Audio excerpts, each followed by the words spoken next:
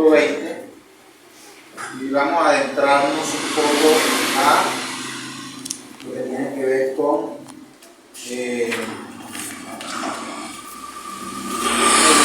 por decirlo así, una serie de los mandamientos. Aunque estamos predicando expositivamente sobre el libro de Éxodo, vamos a tratar de, o hemos tratado más bien de no tomarás el nombre de Jehová tu Dios en vano, porque no dará por inocente Jehová al que tomare su nombre en vano. Voy a repetir.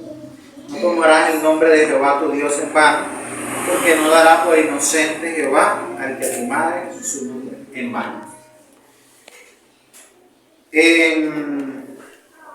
Vamos a orar. Padre, invocamos tu nombre y nos colocamos en tus manos sabiendo que este tiempo que hoy nos permite estar aquí para compartir es para la edificación de tu iglesia y así, Señor, los dones que tú has dado a tus siervos son para ese propósito. Haz que el Espíritu Santo lo uses para la gloria y honra de tu nombre. Amén. Muy bien, hermanos, entonces todos sabemos que por ese fenómeno de las redes sociales en nuestros tiempos están muy de moda esos delitos de la suplantación de identidad, la difamación, la injuria y la calumnia. Digamos que año tras año esa línea ética, esa línea moral que en alguna manera retenía al ser humano para cometer estos actos de manera explícita, se está corriendo y cada vez es más fácil detrás de un celular atentar contra otra persona en este sentido. Y en última instancia son pecados que más que otra cosa atentan contra el derecho al buen nombre y la dignidad de las personas. Entonces las consecuencias de ello varían de acuerdo con la persona a la cual se le está vulnerando ese derecho. Aunque hay un marco legal que rige a todos, sin embargo, la gama de consecuencias que más allá de lo legal se desprende también se varía de acuerdo con la persona en cuestión, por aspectos como de pronto el cargo que ostenta en la sociedad, el nivel de exposición pública, la naturaleza de su trabajo y por supuesto también su capacidad para hacer valer sus derechos en la sociedad a la que ésta pertenece. Por ejemplo, está muy de moda que entre los políticos, los expresidentes, los vicepresidentes, los senadores y demás personas de alto perfil público adelanten acciones legales contra personas que hacen declaraciones que comprometen su buen nombre ante la sociedad a través de las redes sociales. Ustedes ven que es una demandación de la demandadera ahora, porque fulanito dijo algo y eso es una calumnia, eso es mentira, etc. Entonces, constantemente estamos viendo eso, está muy de moda, está en boga. Y con ello no solo buscan que el acusado en cuestión se retracte públicamente para reparar el daño causado ante la opinión de los demás, sino que también sus criterios y sus puntos de vista sean públicamente reconocidos y aceptados como correctos, ya que pudieron probarlo ante la ley. Es decir, si yo demuestro que yo estoy en lo correcto, si yo demuestro que esta persona está atentando contra mí, las posiciones que yo asumo van a ser ratificadas socialmente. Entonces, más allá también de que la persona busque limpiar su buen nombre, lo que busca es ratificar que lo que está haciendo y que lo que está diciendo es lo correcto. Entonces, estos mecanismos legales existen porque se reconoce cómo el concepto que las demás personas tienen sobre un individuo repercute sobre el trato que ésta reciba de los tales. Es por esto por lo que, por ejemplo, será difícil que alguien le preste dinero a otro que tenga la reputación de ladrón o mala paga o que simplemente no tiene capacidad de pago, ¿sí? Y por eso existe el data crédito. que ese famoso sistema que le facilita a las entidades financieras este concepto sobre sus clientes, de saber qué capacidad de pago tiene, o si es buena paga o si es mala paga, etc. Entonces, ese concepto que se tiene sobre las demás personas, que se tiene sobre un individuo, repercute sobre el trato que ésta reciba de las demás personas. Así que nuestro trato hacia los demás es altamente influenciado por el concepto que nosotros tengamos de ellos. Y eso nosotros no lo podemos negar. Por los atributos que podamos distinguir, por la dignidad que le demos en nuestro corazón. Y todo esto en contraste con el concepto que también nosotros tenemos de nosotros mismos. Es la razón por la que el apóstol Pablo insta a los lectores romanos, en la carta a los Romanos capítulo 12 versículo 3, les insta a no tener un concepto de sí mismo más alto que el que debe tener, le dice a los romanos. Y a los filipenses, en el capítulo 2 versículo 3, les dice que estimen a los demás como superiores a sí mismos. Entonces a los romanos le dice no tener un concepto de sí mismo más alto que el que debamos tener. Es decir, aguanta, ataja allí tu concepto de ti mismo. Pero además a los filipenses le dice que estime a los otros como ¿qué? Como superiores. De manera que Pablo está tomando ese autoconcepto para que nosotros lo mantengamos en el lugar que debe estar, y que también para ello elevemos a los demás o a los otros a un concepto superior, inclusive al que tenemos de nosotros mismos. De manera que podremos tener un alto concepto de una persona por sus atributos innegables. Por ejemplo, el conocimiento, el estatus social, los hábitos de esta persona, cómo es físicamente, cómo es familiarmente. Sin embargo, mientras nuestro concepto de nosotros mismos o de sí mismos sea desmedidamente alto, buscaremos en los demás un aspecto con el que podamos ser superiores a él.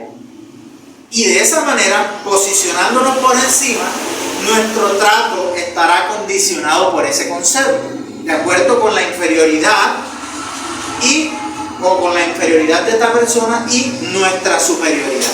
Es decir, cuando nosotros tenemos un concepto superior de nosotros, siempre estaremos buscando en los demás algo en lo que nosotros podamos ser superiores a él. Ya desarrollaremos más esta idea. Esta es la razón por la que con una misma persona, podemos llegar a tener un trato humilde en un contexto determinado. Y en otro contexto, con la misma persona, podemos llegar a ser descorteses. Porque en uno vemos nuestra inferioridad y la superioridad de esa persona, y en otro contexto vemos nuestra superioridad y la inferioridad de esta persona. Todo depende de lo que se demande en los contextos en cuestión. Por ejemplo, una persona puede ser catalogada como excelente en los negocios, pero espiritualmente torpe. Y otra puede presentar una condición opuesta en esos mismos aspectos. Es decir, otra persona que no tiene muchas habilidades en esto de los negocios, pero que tal vez es lo que tiene lo referente a la fe, y eso es una persona que tiene un desarrollo mayor. En el ámbito del trabajo, una será tentada a sentirse superior que la otra. ¿Por qué? Porque posee unas capacidades específicas que allí en ese contexto del trabajo son exaltadas o son vistas especialmente. Pero la otra persona podría ser tentada a sentirse superior ¿en qué ámbito? En el ámbito espiritual. Por supuesto, ambas tendencias desconocen que todo lo que nosotros tenemos, tanto nosotros como los demás, nos ha sido dado por un mismo Dios. Y es allí donde estas tendencias y estas búsquedas de nuestro corazón orgulloso por sentirnos superiores a los demás, siempre están por fuera de la voluntad de Dios. Nosotros no podemos negar que nuestro trato hacia los demás evidencia el concepto que nosotros tenemos de ellos. Y Dios tampoco escapa de esa realidad. La manera en la que nosotros nos dirigimos a Dios depende también de ¿qué? Del concepto que nosotros tengamos de Él. Por eso es que nosotros, y siempre vemos en las Escrituras, esa lucha constante por la verdad de Dios. Si alguien tiene un concepto que se escapa de lo que las Escrituras dicen acerca de Dios, su trato hacia Dios va a ser no conforme a su voluntad. El tercer mandamiento recoge esa verdad. Puesto que Dios no es un ser visible y tangible para nosotros, nosotros no podemos expresar nuestro concepto de Él en un trato como nosotros lo manifestamos con las demás personas. Yo tengo un concepto con esta persona y de acuerdo a ese concepto que yo tengo, yo puedo interactuar con esa persona de esa manera. A veces nosotros desconfiamos de alguna persona y ¿qué vamos a hacer? Vamos a mantenernos tal vez al margen de ella. Caso contrario, cuando confiamos en una persona, le permitimos acercarse a nosotros, le damos confianza, abrimos nuestro corazón, etc. Pero en el caso con Dios, nosotros no le tenemos allí presente, no le tenemos de forma visible y tangible, por lo tanto, nuestra relación con Él va a depender mucho del concepto que nosotros tengamos de Él. De manera que nuestra relación con Dios es sustancialmente nuestra relación con su nombre, con todo lo que Él representa. Y hoy veremos en este tercer mandamiento tres aspectos que nos describen tal cosa. El primer aspecto que veremos es el nombre de Dios. Como segundo, veremos el uso del nombre de Dios. Y como tercero, veremos las consecuencias de usar el nombre de Dios en vano. Allí nos dice el texto en el versículo 7: no tomarás el nombre de Jehová, tu Dios, en vano. Llamar a alguien por su nombre evoca los atributos de tal persona a la mente de quienes le conocen, en la manera en la que le conocen y escuchan tal nombre. Inmediatamente viene a la mente el concepto con el cual se considera a esa persona. Yo aquí pronuncio el nombre de alguno de ustedes y si ustedes están mirando a esa persona, inmediatamente a su mente viene el concepto que usted tiene de él. Por eso, aunque una persona tenga el mismo nombre que otra, ambos nombres no significan lo mismo para quien le llama. No es lo mismo llamar a Judas, el Iscariote, que llamar al otro Judas, el discípulo de Cristo. Usted llama a Judas el Iscariote, inmediatamente viene a su mente todo tipo de cosas malas. Las acciones de ambos configuran nuestro concepto de quiénes son realmente y lo que representan para nosotros, para la iglesia, para Jesús, para la historia de la redención. Estos dos Judas son conceptos opuestos de lo que es la vida espiritual. El nombre de alguien puede traer a nuestra mente sentimientos de amor, de ternura, de miedo, de ira, pero no es por el nombre en sí. No es porque se llame María, no es porque se llame Juan, no es porque se llame Judas, no es porque se llame Pedro, sino por las acciones y los atributos que se relacionan con la persona que porta ese nombre. ¿Sí?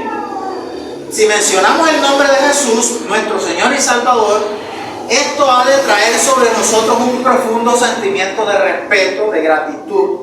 Pero si mencionamos el nombre de Jesús, nuestro amigo del barrio, de allá del trabajo, pensaremos en él en términos de lo que su proceder determina en relación con nosotros, ¿verdad? La manera en que lo hayamos conocido, en que él se porta, etcétera, es lo que va a venir a nuestra mente cuando decimos Jesús, el que trabaja allá conmigo, o Jesús, el del barrio.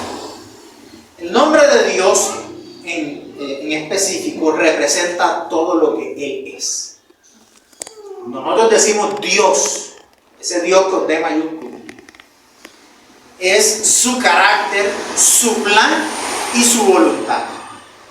En su nombre se revela, en el nombre de Dios se revela al ser humano todo lo que hace. Por eso cantábamos ahora, exaltaré tu nombre, por siempre y para siempre. ¿Por qué? Porque por siempre y para siempre exaltaremos precisamente su carácter, su plan. Grande eres Jehová, sus obras, como lo cantábamos también. ¿Por qué? Porque todo esto representa quién es Dios. Ahora, en muchas maneras, en su nombre se revela al ser humano todo lo que él hace, todo lo que ha hecho, en muchas maneras, determina también nuestra comprensión de lo que nosotros hemos sido, de lo que somos y de lo que seremos, de lo que nos rodea y de lo que nos sucede. El nombre de Dios para nosotros tiene un significado muy amplio, recoge muchísimas cosas. ¿Por qué? Porque el ser de Dios le da sentido a todas las cosas según Él nos los ha dado a conocer. Mire que en Romanos 11:36 el apóstol Pablo dice: porque de Él, por Él y para Él son todas las cosas. A Él sea la gloria por los siglos. Amén. En la doxología. ¿Por qué? Porque una vez nosotros conocemos a Cristo, nuestra vida y nuestra percepción de todas las causas cambian. Nosotros antes vivíamos y todo giraba en torno a nosotros. Ahora no. Ahora todo lo que existe, todo lo que conocemos, todo lo que pensemos, nuestra comprensión de ello gira en torno a quién, en torno a Dios. Y nuestra propia vida también gira en torno a Él. Entonces, por eso vemos que la teología detrás de muchas de las declaraciones contemporáneas de estos tiempos acerca del ser de Dios, además de diabólicas, no son más que el resultado de un ejercicio flojo y desconsiderado de la búsqueda de comprender quién es Él. Leyeron 3 pasajitos por allí, y no precisamente donde Dios habla de su ira ni de su justicia, sino donde dice que Dios es amor, etc. Y en esos 3-4 pasajes que se leyeron allí, ya configuraron toda una teología de quién es Dios.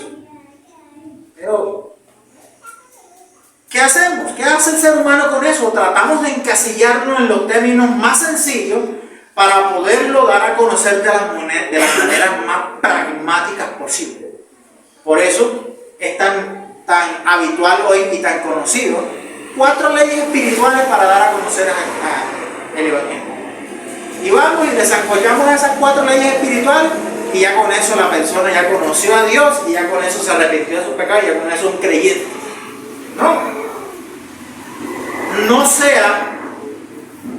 No que Dios sea complejo de conocer y dar a conocer, sino que ambas cosas deben ser una práctica de vida entera y no un acto que se pueda resumir en unas clases o en unas horitas de estudio. Conocer a Dios implica un ejercicio constante de búsqueda de su voluntad en cada una de las áreas y situaciones de nuestra vida. Por eso Juan, el apóstol, en la oración sumo sacerdotal, en Juan 17:3, el mismo Señor dice: y esta es la vida eterna.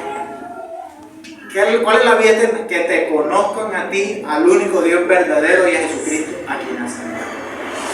Es decir, es una búsqueda constante, continua y eterna del conocimiento de Dios.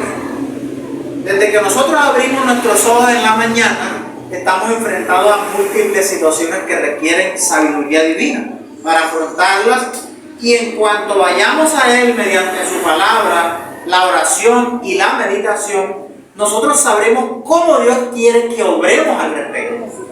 Y es así como nosotros verdaderamente le conocemos a Él. En esa relación continua, constante con Él. Ninguno de los que estamos aquí conoció y llegó a amar a su cónyuge, a sus hijos, a sus padres o a las personas cercanas leyendo un manual o un libro acerca de cómo es. Imagínense. Pero estoy seguro que podríamos anticipar cómo reaccionaría uno de ellos en una situación particular. ¿Cuál sería su opinión respecto a eso? Etcétera. Porque mediante el trato continuo con ellos, le hemos conocido. Es allí donde nosotros sabemos qué pensaría mi esposo de esto, qué pensaría mi hermana de esto, qué pensaría... No porque un día yo me leí algo acerca de ellos, o como hacíamos antes en las épocas anteriores, de chismógrafo. Venían y escribían ahí cosas de preguntas y la persona respondía y ya con eso conocían a fulanito. No, sino en una relación continua, constante con Él, es que ese conocimiento, por su gracia, ha de manifestarse a nuestra vida. De esa manera, Dios les estaba dando a conocer a los israelitas su nombre. Y estamos aquí ahora en el monte Sinaí y el pueblo israelí está recibiendo la ley. Recordemos ese prólogo de los 10 mandamientos en el versículo 2 de Éxodo 20, cuando dice: yo soy Jehová tu Dios, que te saqué de la tierra de Egipto, de casa de servidumbre. Nos está recordando. Él les había mostrado su poder en Egipto, les había traído de manera segura durante un tiempo, atravesando los peligros en el desierto. Les había manifestado su presencia desde la montaña y allí estaban frente a Él, aterrorizados, diciéndole a Moisés: ve tú, porque nosotros no nos queremos enfrentar a esa gloria. Y en esa dinámica con su pueblo, Dios se estaría dando a revelar cada vez más hasta que Cristo viniera y lo viniera a revelar en toda su plenitud y gloria. Cuando Moisés subió al monte Sinaí para recibir los mandamientos por segunda vez, estuvo, dice los versículos del capítulo Éxodo 34, los versículos 5 y 7 dice: estuvo allí con él, proclamando el nombre de Jehová. Y pasando Jehová por delante de él, proclamó: Jehová, Jehová, fuerte, misericordioso y piadoso, tardo para la ira y grande en misericordia y verdad, que guarda misericordia a millares, que perdona la iniquidad, la rebelión y el pecado. Lo tremendo de esto es que dice que estuvo allí con él proclamando el nombre de Jehová. O sea, Dios estuvo ahí con Moisés, pero Dios estuvo proclamándole su nombre. Y acto seguido, ¿qué hizo? Hablar de sus atributos, hablar de cómo era Él. Y estos atributos que le dio a conocer a Moisés eran la proclamación del nombre de Jehová. Y esta manifestación de su nombre, el poder conocer sus atributos de misericordia y piedad, de ser tardo para la ira y grande en misericordia y verdad, le hicieron entender a Moisés delante de quién él estaba. Ya él había visto su poder, había visto cómo Dios hacía milagros poderosos, había visto cómo el Señor les proveía en el desierto, había visto cómo les guardó la nube en el desierto, la columna de fuego, todo eso. Sin embargo, aquí el Señor le da específicamente a conocer otra de sus atributos.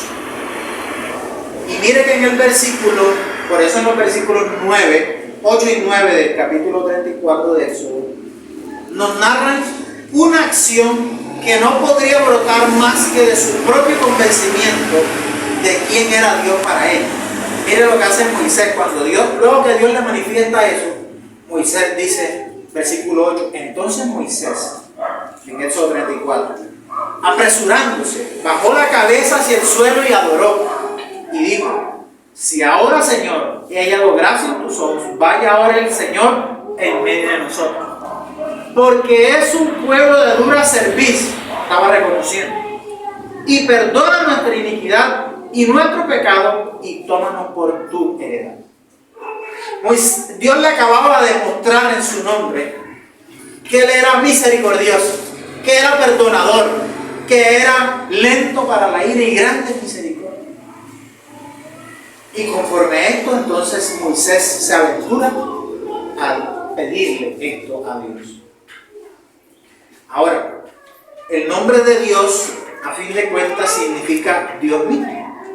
El nombre de Dios significa todo lo que es cierto acerca de Dios, toda la verdad de Dios, todo lo que ha sido revelado acerca de Él. El nombre de Dios significa que Dios en todos sus atributos, Dios en toda su gloria, todo lo que Dios es y todo lo que Dios hace.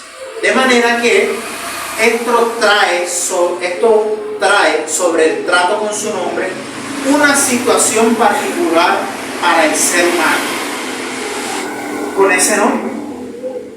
¿Por qué? Porque no estamos hablando de cualquiera. Estamos hablando de todo lo que Dios es. Y con eso entonces pasamos al segundo punto. El uso del nombre de Dios. Allí dice, no tomarás el nombre de Jehová tu Dios en vano. Me llama la atención, o quiero llamar la atención sobre la expresión tu Dios. Cuando él dice Jehová tu Dios. Si bien la ley moral de Dios es una demanda para todos los hombres sobre la faz de la tierra, y entiéndase ley moral de Dios, los 10 mandamientos que están siendo expuestos, la entrega primariamente fue para los hijos de Israel. Allí, en ese contexto, cuando analizamos la expresión tu Dios, en el sentido inmediato del texto, enfoca al pueblo que estaba recibiendo la ley por mano de Moisés. Pero en un sentido extensivo, tu Dios abarca a todo ser humano creado por Dios y que habita el mundo de Dios independientemente de que éste le reconozca como Dios. Dios es Dios sobre toda su creación. Ahora, sin embargo, este mandamiento presupone el conocimiento de quién es Dios. O sea, Él no les está diciendo, guarden mi nombre, pero ellos no saben quién es el que representa ese nombre. Ellos han conocido y por eso le dice Jehová tu Dios. Ahora, este mandamiento presupone el conocimiento de quién es Dios, de su nombre, que se le atribuyen a Él las características que le corresponden, aun si quien le reconoce no viva conforme a Él. En ese caso, los israelitas que le conocían y cuya identidad como nación dependía de Él, estaban enfrentados a la obligación de tratar a Dios como tal, como correspondía a la magnificencia de su ser, aun cuando ellos realmente no vivieran conforme a eso que conocían de Dios. Como evidentemente pasó. Pasaron rebelándose una y otra vez en contra de su voluntad, a pesar de que ellos conocían quién era Él. Y no solamente porque conocían su poder para castigarlo, sino que también conocían la bondad de Dios, su misericordia, en cómo Él de muchas maneras les guardó, les protegió, les dio todo lo necesario y les libró de la esclavitud por su poder. Cuando dice no tomarás, este mandamiento caló tanto en la mente de los israelitas que en épocas de Jesús llegaron a dejar de pronunciar su nombre para no quebrantar.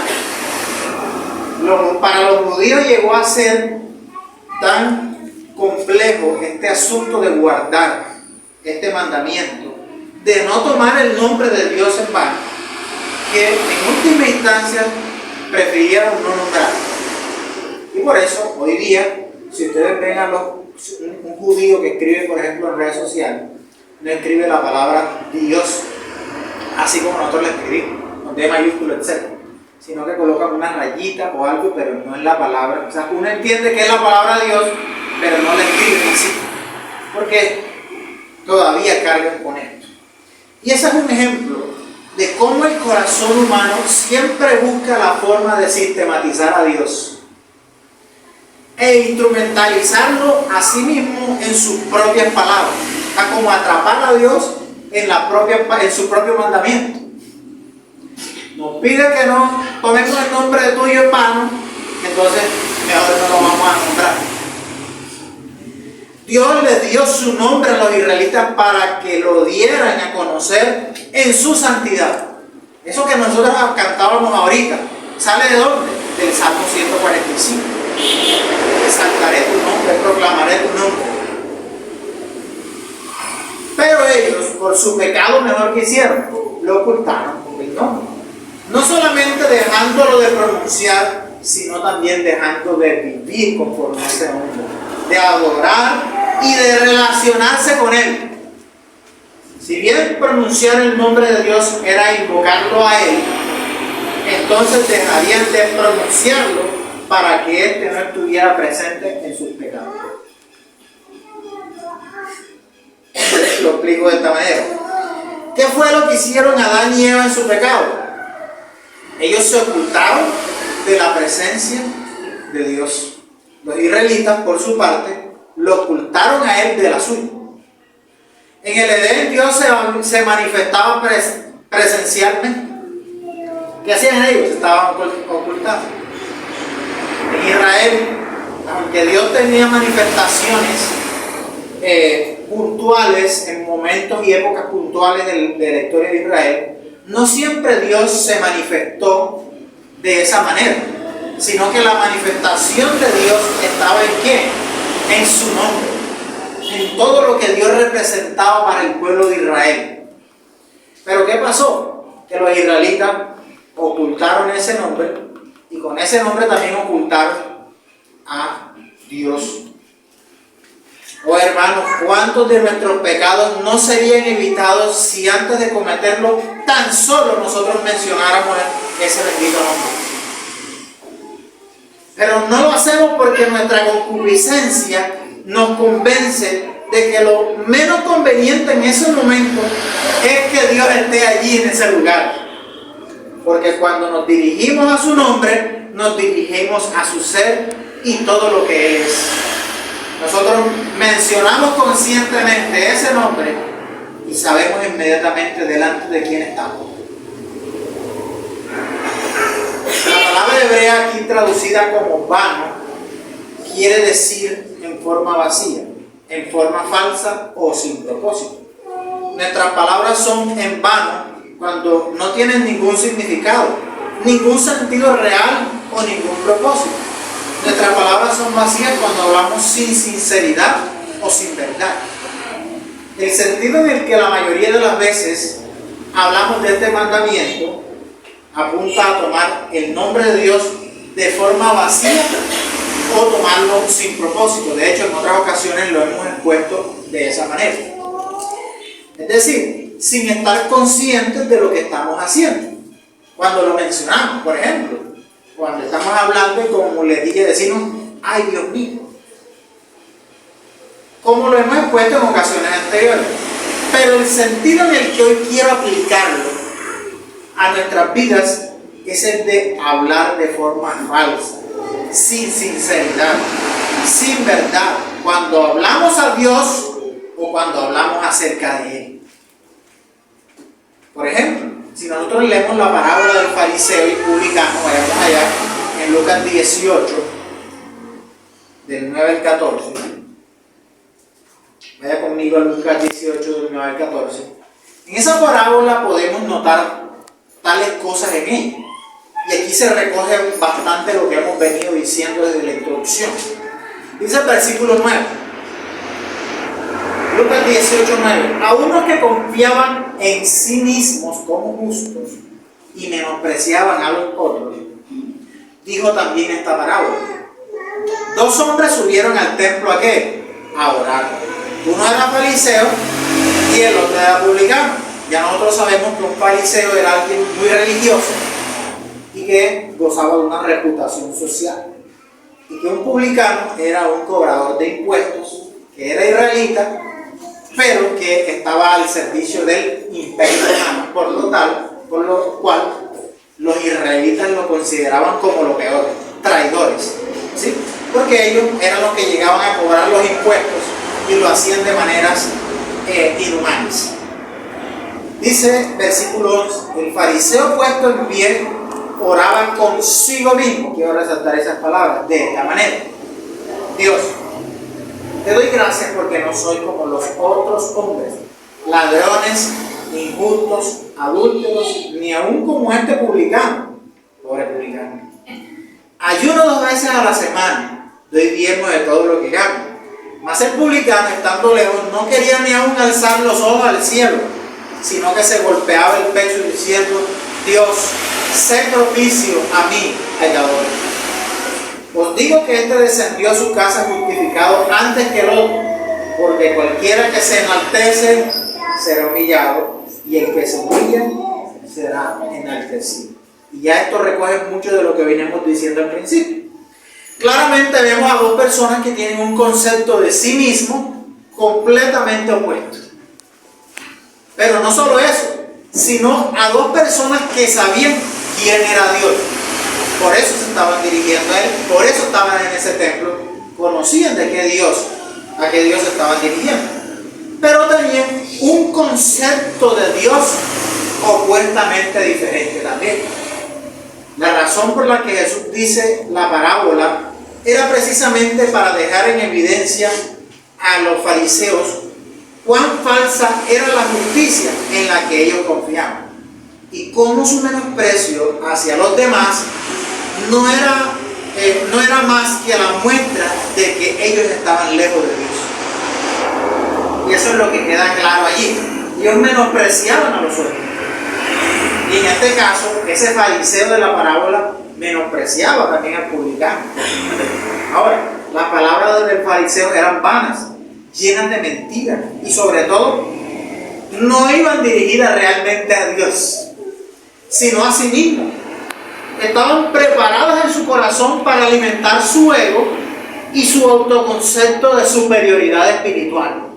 O sea, si algo tenía claro él, es que él era espiritualmente superior a ese publicano que estaba ahí.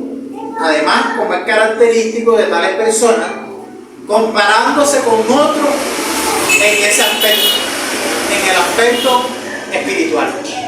Porque bien pudiera compararse con ese publicano en otros aspectos, en los que el publicano posiblemente podía ser superior a él. Pero en este caso se estaba comparando en qué aspecto, en el aspecto espiritual. Dios solo era un espectador de semejante puesta en escena. Dios estaba, el hombre estaba orando consigo mismo, y por decirlo así, Dios estaba allí simplemente contemplando ese acto de egolatría que estaba realizando este fariseo. ¿Por qué? Porque el fariseo no estaba dirigiéndose a él. Ahora, por el otro lado, reconociendo su pecado, estaba el publicano a lo lejos, lamentando su condición delante de la santidad de Dios, tanto que no querían ni aún alzar los ojos al cielo. Aquí vemos a dos personas con una definición diferente de sí mismos y con un concepto diferente de Dios. Lo que decíamos al principio, lo que Pablo nos decía. Lo consideramos en nosotros y cómo consideramos a los demás, y en este caso a Dios. Lo cual les llevaba a tener una actitud diferente al dirigirse a Dios. Uno era realmente reverente ante Dios, el otro no. Aunque el fariseo podía parecer externamente reverente y el publicano no, Jesús deja claro que la reverencia externa, carente de sinceridad y verdad delante de Dios, es rechazada delante de su trono. No que nosotros no podamos ser reverentes externamente, eso cuenta también delante de Dios, pero debe ir acompañada de la reverencia que nace del corazón. Es más, esa reverencia externa, la reverencia externa que es aceptada delante de Dios, es aquella que nace del corazón.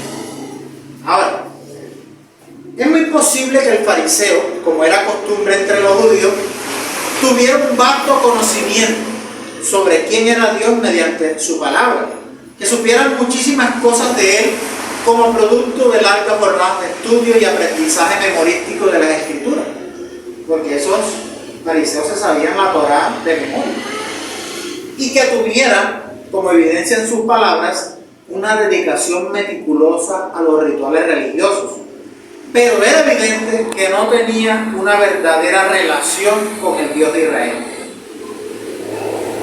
Usted dice, bueno, el hombre asistía los domingos a la iglesia, leía la Biblia, oraba, daba dinero a los pobres, daba sus ofrendas a la iglesia, el hombre evangelizaba, el hombre eternamente allí está viendo una persona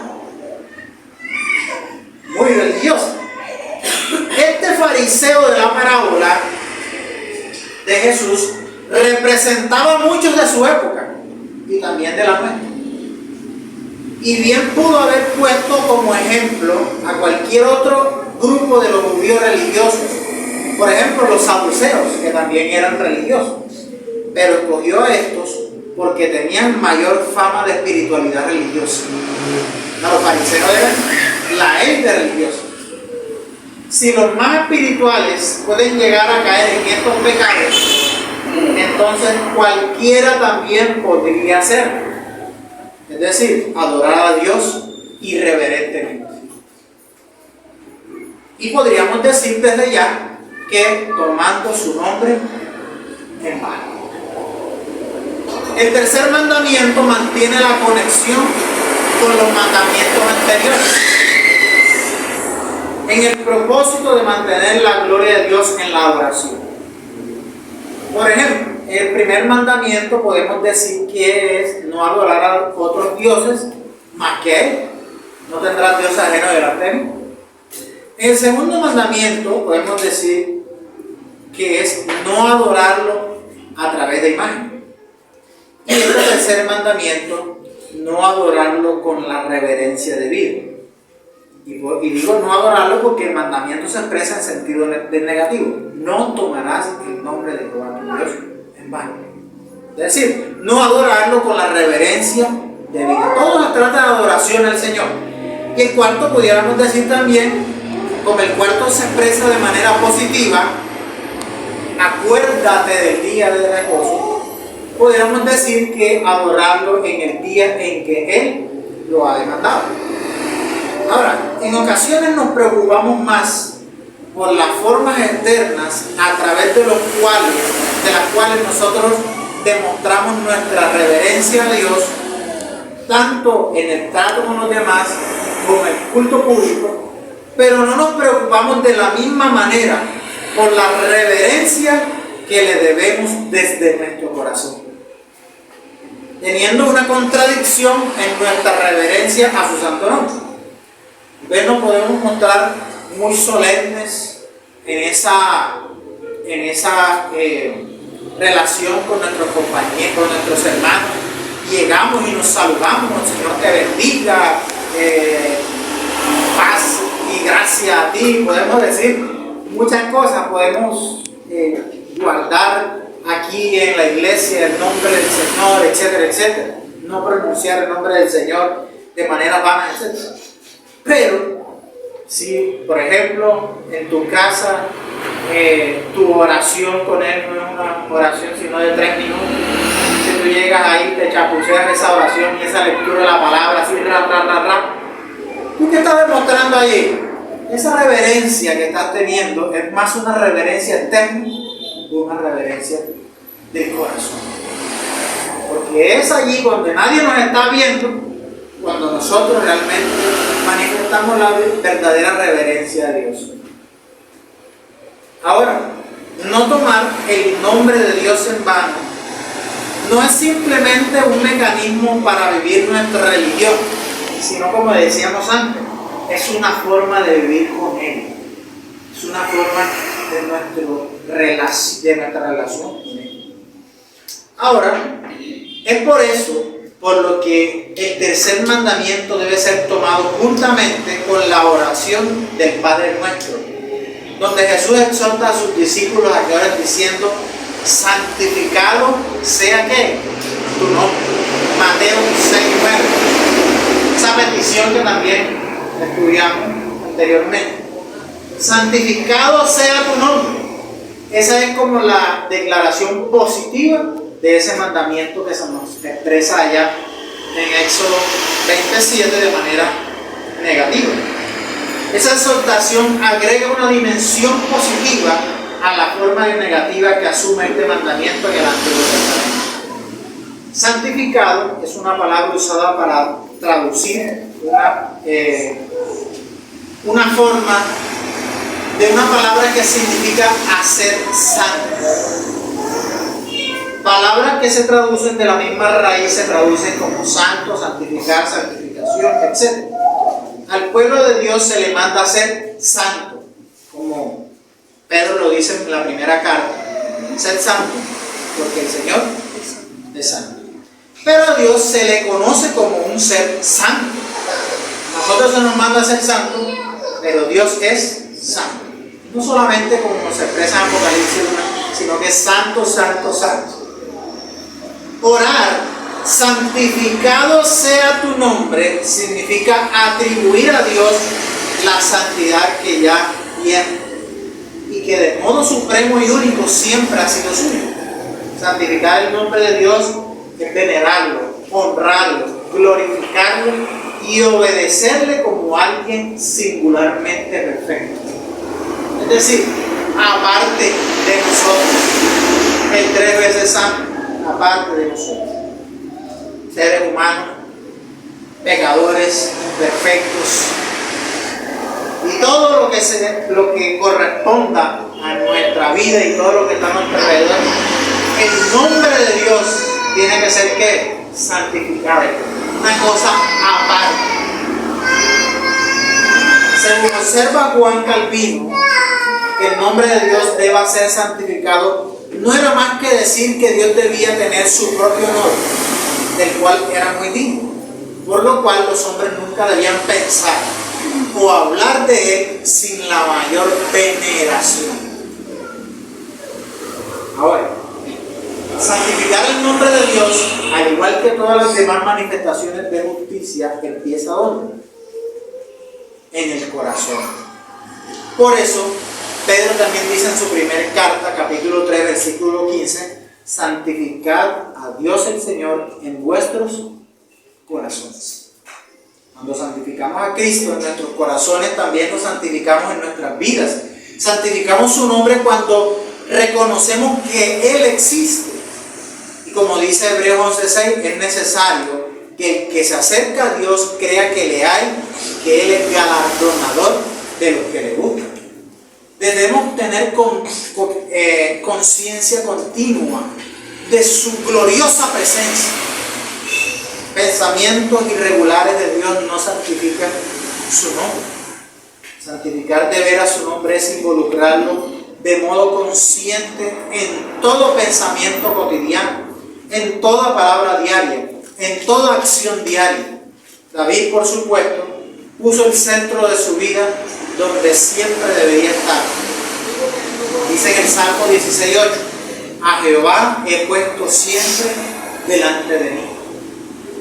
Y era precisamente eso, siempre estar consciente del Dios en el que él creía.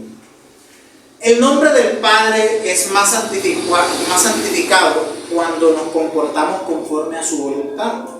Los cristianos que viven en desobediencia a Dios están tomando el nombre de Dios en vano, reclamando como el Señor a alguien a quien no siguen como Señor, a quien no obedecen como su Señor. Por eso Jesús advirtió en Mateo 7:21, no todo el que me dice Señor, Señor entrará en el reino de los cielos, sino el que hace la voluntad de mi Padre que está en los cielos. Cuando comemos, cuando bebemos y cuando hacemos todo lo demás, debemos hacerlo para la gloria de su nombre. Y así estamos ¿qué? Santificando su nombre. Y el tercer punto, vamos a ver las consecuencias de nuestro uso del nombre de Dios. Allí dice el Señor, no dará por inocente Jehová al que tomare su nombre en vano. Una de las razones por las que creo que este mandamiento no se enfoca tanto en tener esa escrupulosa forma de guardar, no pronunciar el nombre, sino es decir, no ser tan escrupuloso en que bueno, que no voy a pronunciar el nombre así, esa, sino que este mandamiento se enfoca más en usarlo en verdad, de acuerdo con lo revelado por él mismo. Es la severidad con la que advierte consecuencias sobre el que tome su nombre en vano. Cuando él dice, no lo dará por inocente, es decir, un culpable. Un texto donde nosotros podemos entender cómo funciona ese no tener por inocente es en Éxodo 34, las palabras que leímos de Moisés, 34:7, te dice que guarda misericordia diaria, que perdona la iniquidad, la rebelión y el pecado, y dice, y de ningún modo tendrá por inocente. ¿A quién? Al malvado, dice él. Como todos y cada uno de los mandamientos del decálogo, la consecuencia de no guardarlo, ¿cuál es? La muerte, la condenación. De manera que, como dice Montgomery, solo aquellos que tienen ideas y conceptos erróneos de Dios pueden tomar su nombre a la ligera o en vano. Aquellos que conocen al Dios verdadero, al Dios vivo, al Dios soberano del universo, el juez justo de toda la tierra, no tomarán su nombre en vano. Por eso, cuando el apóstol Pablo le hace la exhortación a los corintios por no discernir el cuerpo del Señor en la Santa Cena, él dice que algunos han muerto y algunos han caído enfermos. Y habla precisamente de qué, del juicio. ¿Por qué? Por no tomar esas cosas santas, donde el nombre de Dios, el nombre de Cristo y su obra están representados de una forma reverente. Y esto muestra la severidad con la que Dios ha de castigar. El nombre de Dios representa, como lo hemos dicho, toda la verdad acerca de Él, su propia naturaleza, su carácter, su identidad y su persona. Las personas que toman el nombre de Dios a la ligera manifiestan lo que piensan de Él. Declaran en forma abierta que tienen una opinión muy baja de Él. Manifiestan que no le aman, manifiestan que no le respetan, manifiestan que no le reverencian. Aquellos que profanan el nombre de Dios con sus palabras no son los únicos culpables de quebrantar el tercer mandamiento. Todos los que profesan el nombre del Señor, pero no viven una vida santa, también profanan su nombre. El apóstol Pablo le dice a los judíos en Romanos 2:24, porque el nombre de Dios es blasfemado por causa de vosotros entre los gentiles. Y vaya, como nosotros como creyentes podemos hacer que otros tomen el nombre de Dios en vano. Es decir, que tengan un mal concepto acerca de quién, acerca de Dios y por supuesto nosotros también. Y también escribió a Timoteo respecto a muchos que profesan conocer a Dios, mas con los hechos lo niegan, siendo abominables y rebeldes, reprobados para toda buena obra. Perdón, escribió a Tito 1:16. Todos los que profesan conocer al Dios verdadero, pero continúan viviendo en pecado, están tomando su nombre en... Entonces, para terminar, quiero cerrar con lo siguiente. Sin lugar a duda, nuestra forma de vivir trae honra o deshonra al nombre de Dios. No solo nuestras palabras, sino también nuestro comportamiento en cada esfera de la vida está involucrado en este asunto. Entonces, el lado positivo del mandamiento es que el nombre de Dios sea glorificado en nuestras vidas, que no sea blasfemado el nombre de Dios y que no sea blasfemada la doctrina. Mire lo que dice 1 Timoteo capítulo 6, versículo 1. Todo honor, dice, para que no sea blasfemado el nombre de Dios y la doctrina. Es decir, que vivieran de acuerdo a la palabra de Dios. ¿Para qué? Para que Dios no fuera blasfemado y la doctrina que lo proclama a Él como Dios. En Mateo 12:34, Cristo también dijo, porque de la abundancia del corazón habla la boca. Nuestras palabras son un reflejo del estado espiritual de nuestro corazón. Por lo tanto, debemos tener mucho cuidado de no caer bajo la maldición de este mandamiento. Debemos amar y reverenciar a Dios en nuestros corazones, porque es la única manera de evitar ese pecado. Recordemos, no solo se trata de una formalidad respecto a su nombre. ¿Cuándo lo puedo decir? ¿Cuándo no? Etcétera. Sino que se trata de vivir para su gloria, santificando su santo nombre. Oremos.